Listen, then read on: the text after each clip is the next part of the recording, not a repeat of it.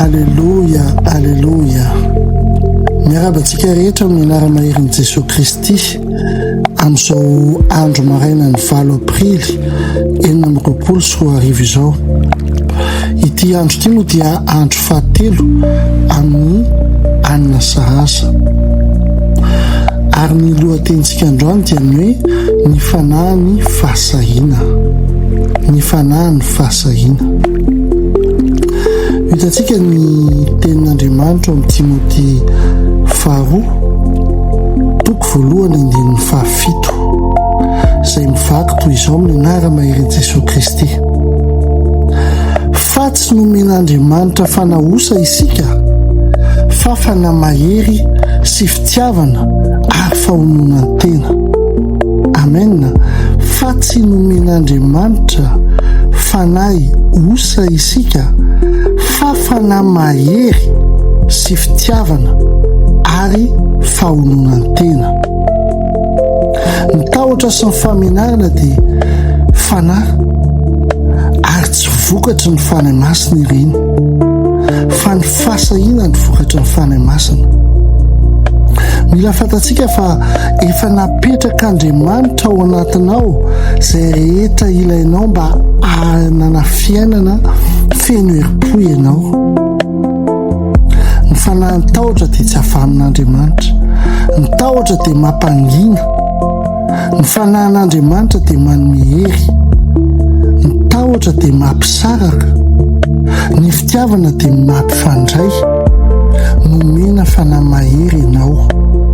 Androany velomo izany, ampireheto izany afo izany, ary avelao hikiriana amin'ny fiainanao ny herin'Andriamanitra. Halleloia. Raha mijery ohatra isika ao anaty Baiboly dia ny ohatra Timoty.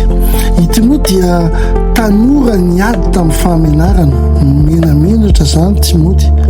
I Paoly tsy nampirisika azy hanao hiady hatrany amin'ny famenarana io, fa nampatsiahy azy kosa izy fa misy fanahy efa ao aminy.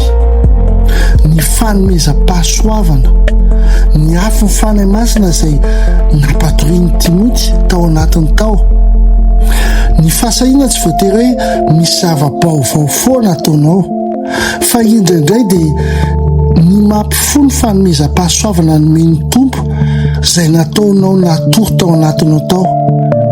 Izay natao hoe fahasahiana, mampifo ny fanomezam-pahasoavana nomen'ny Tompo izay nataonao natory tao anatinao tao. Ahoana ny fomba ampiarantsika an'izany? Manomeza 10 minitra amin'ny fanompo-pivavahana ianao anio. Mivavaha amin'Andriamanitra, manomeza 10 minitra. Asandrato ny tananao ary ambarao hoe manana fanahy ny hery aho, fitiavana ary fivezan-tena, ary tsay atao anatiko ny afon'Andriamanitra. Mario ny fiakaran'ny fahatokinao rehefa mifandray miloha ranon'ny fahasahiana rehetra ianao. Mario. Halleluia. Ivavakitsika. Fanahy masina mandray anao tanteraka ao anio. Mandany fanahy ao ny tahotra sy ny famenarana ao. Fenoy atao anatiko ny fanomezana izay napetraka ao. Fenoy hery sy fitiavana ary saina mahay mitsara zavatra indray ao. Avelao ny fahasahiana hikoriana amin'ny tenako rehetra amin'ny anaran'i Jesosy Kristy. Amen. Tahian'Andriamanitra ianao ary mahazo tombana amin'ny tenin'Andriamanitra.